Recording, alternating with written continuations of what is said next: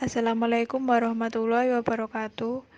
Di sini kami akan mempresentasikan hasil kerja kelompok kami tentang pengertian agama, asal-usul, dan klasifikasi serta fungsi agama. Dengan anggota kelompok 1. Yang pertama, pengertian agama. Secara bahasa, agama adalah aturan yang mengatur manusia agar kehidupannya menjadi teratur dan tidak kacau. Dalam bahasa Arab, agama berasal dari kata adin yang berarti pembalasan, adat kebiasaan, peraturan, dan hal kiamat. Tidak sebatas kata din, juga disebut dengan milah atau syariah yang berarti undang-undang atau peraturan, dan syariah yang berarti jalan yang harus dilalui oleh hukum. Yang kedua, teori tentang asal-usul agama. 1. Teori jiwa. Pertama kali manusia mengetahui di dunia ini tidak hanya dihuni oleh makhluk materi, tetapi oleh makhluk imateri yang disebut anima. Teori ini dikemukakan oleh ilmuwan Inggris yang bernama Edward Barnett Taylor yang dikenal dengan teori animisme. Ia mengatakan bahwa asal mula agama bersamaan dengan munculnya kesadaran manusia adanya roh atau jiwa, sehingga menyebabkan manusia melakukan penyembahan atau penghormatan dengan berbagai upacara keagamaan berupa doa, sesajen, dan korban. Kepercayaan itulah disebut animisme. Yang kedua, teori batas akal. Permulaan terjadinya agama dikarenakan manusia mengalami gejala yang tidak dapat diterangkan olehnya.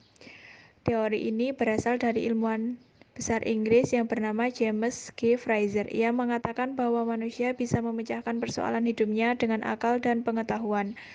Mereka memecahkan melalui magic atau ilmu gaib. Lambat laun terbukti perbuatan magic tidak ada hasilnya, dan disinilah mulai timbul religi. Dengan cara menyadarkan diri kepada kemauan dan kekuasaan Tuhan yang dianggap menguasai alam. Berbagai macam ritus digunakan manusia agar Tuhan berkenan menolongnya dari permasalahan hidup. Yang ketiga, teori krisis dalam hidup individu. Munculnya untuk menghadapi krisis-krisis yang ada dalam kehidupan manusia. Teori ini berasal dari M. Crowley dalam buku The Truth of Life. Kemudian diuraikan secara terperinci oleh E. van Gennep.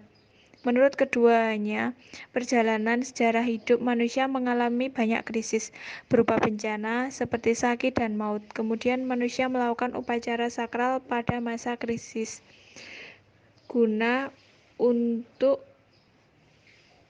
pangkal dari keberagaman manusia. Saya Ria Nur Khotimah. Saya akan menjelaskan teori kekuatan luar biasa.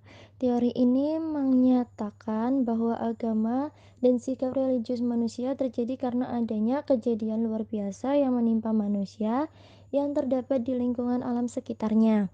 Teori ini berasal dari R.M. Merritt dan diawali dengan pendapat dari A.B. Taylor yang menyatakan bahwa timbulnya agama itu karena adanya kesadaran manusia terhadap adanya jiwa.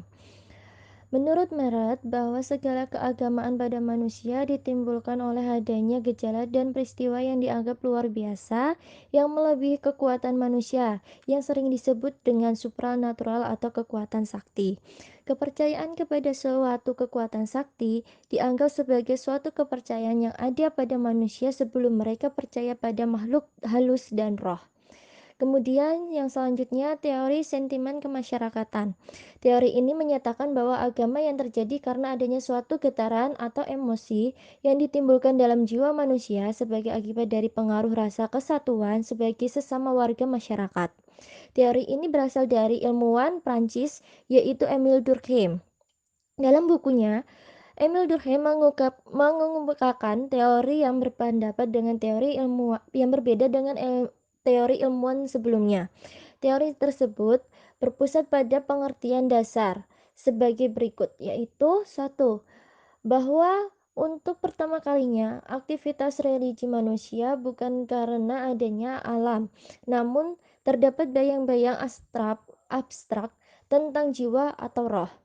Yang kedua, sentimen kemasyarakatan dalam batin manusia dahulu berupa suatu kompleksitas perasaan yang mengandung rasa terikat, bakti, cinta, dan perasaan lainnya terhadap masyarakat di mana ia hidup. Ketiga, bahwa sentimen kemasyarakatan menyebabkan timbulnya emosi keagamaan. Yang keempat, bahwa emosi keagamaan yang timbul karena rasa sentimen kemasyarakatan yang membutuhkan suatu objek tujuan. Yang kelima, objek keramat sebenarnya merupakan suatu lambang masyarakat, misalnya objek totem, atau yang sering disebut objek keramat yang bisa berupa binatang dan tumbuh-tumbuhan. Teori wahyu Tuhan. Teori ini menyatakan bahwa perilaku religius manusia terjadi karena terdapat wahyu dari Tuhan. Teori ini dikembangkan oleh antropolog Inggris Andrew Long. Pendapat Andrew Long ini kemudian dikolaborasikan oleh W. Smith, seorang tokoh besar antropologi dari Austria. Dalam hubungan ini, ia percaya bahwa agama berasal dari wahyu Tuhan yang diturunkan kepada manusia pada masa permulaan ia muncul di permukaan bumi ini. Yang selanjutnya, C. Klasifikasi agama. Ahmad Abdullah Al-Masdosi sebagai agama terbagi menjadi 3, yaitu 1. Agama wahyu dan bukan wahyu.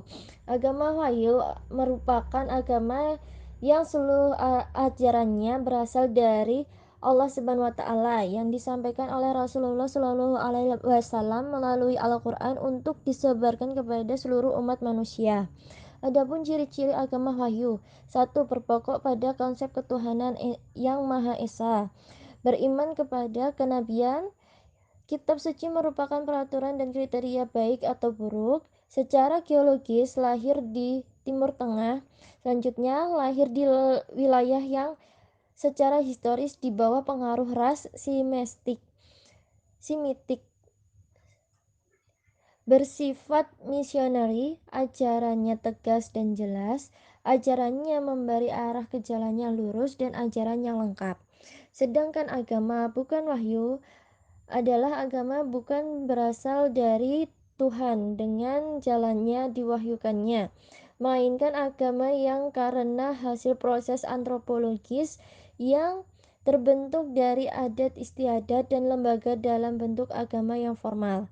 Adapun ciri-ciri agama bukan wahyu, yaitu 1. Tidak berpokok pada konsep keesaan Tuhan. Yang kedua, tidak beriman kepada kenabian. Yang ketiga, agama bukan wahyu lahir di wilayah Timur Tengah dan di luar wilayah Semitik. 3. Tidak bersifat misioneri. Dan selanjutnya, bersifat tidak tegas atau jelas dan sangat elastisitas. Selanjutnya adalah agama dakwah dan bukan dakwah. Agama dakwah sendiri merupakan agama-agama wahyu, contohnya Islam, Nasrani, dan Buddha. Nasrani dan Buddha pada dasarnya bukan merupakan ajaran dakwah, tetapi dengan adanya perkembangan, kedua agama tersebut menjadi agama dakwah. Agama bukan dakwah diikuti oleh suatu suku bangsa tertentu saja. Yang pertama Yahudi, Zoroastrian, dan Sikh.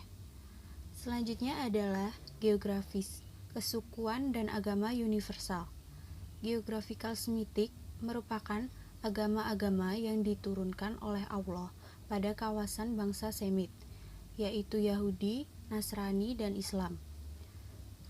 Sedangkan geographical non-Semitic dibagi menjadi 3.